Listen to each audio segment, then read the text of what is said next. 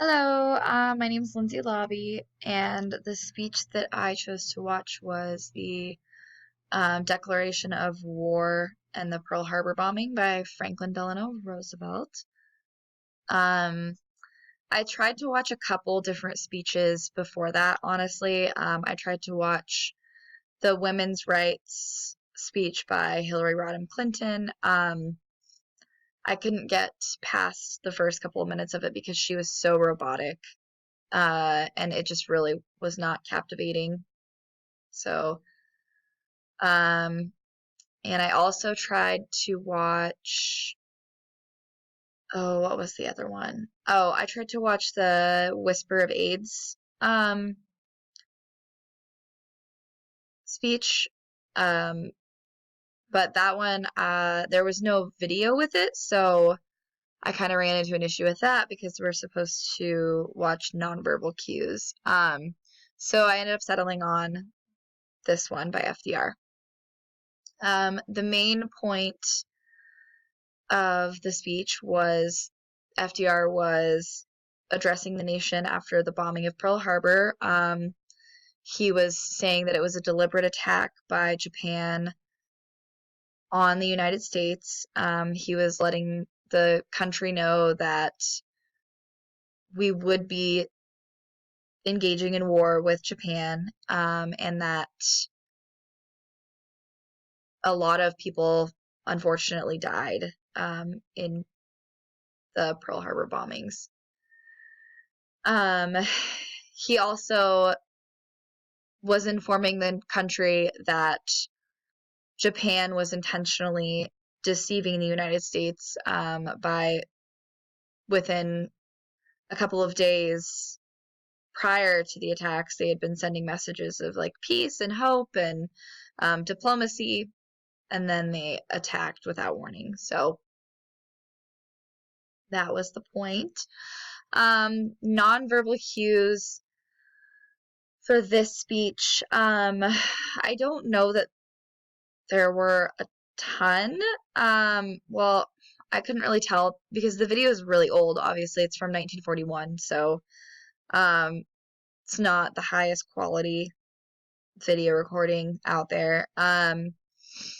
So verbal cues were kind of hard to see. It would have been a really interesting speech to actually see in person or when it actually took place. And FDR was in a wheelchair, so all of his cues or all of his nonverbal cues would have come from his hands. I assume hands, face, who he was making eye contact with.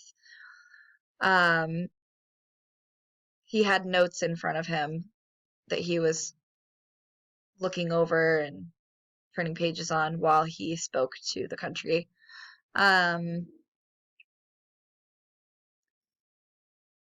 The challenges that I experienced while listening to the speech basically was just the fact that the video quality was so poor because it's such an old speech. Let's see what else. I don't know that there were any activities currently that distracted me or affected my ability to listen. I've had a very hard time focusing today in general. So I've been taking breaks in between doing things because I really am struggling to focus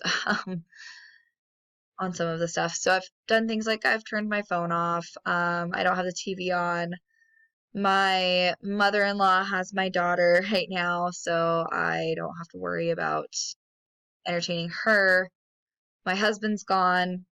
My dog's not even here, so I have a very quiet, focused space to get all of my assignments done and everything that needs to be done.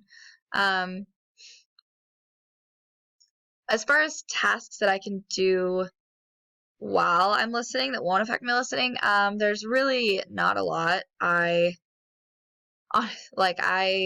really need a very focused environment. Like I can't even go to a coffee shop if I don't have headphones because then I just get distracted by the people that are around me and I people watch. But I am about to currently fill out Llama Valentines for my daughter because she can't write yet, and they are having a Valentine's Day party at her daycare. And I don't think that 2-year-old, she's not even 2 yet, she's not even in a 2-year-old class. I don't think that 18-month-olds care about this. But they're doing it anyways, so I am going to fill these out while I listen to the rest of my lectures because this is pretty mindless. With the exception of some of the names that parents give their children, it's a very lackluster thing to be doing. So anything that's pretty mindless I can do. Sometimes I will put on The Office in the background when I'm trying to study, or like a documentary of some type that I don't really have to pay attention to. It can kind of just be background noise.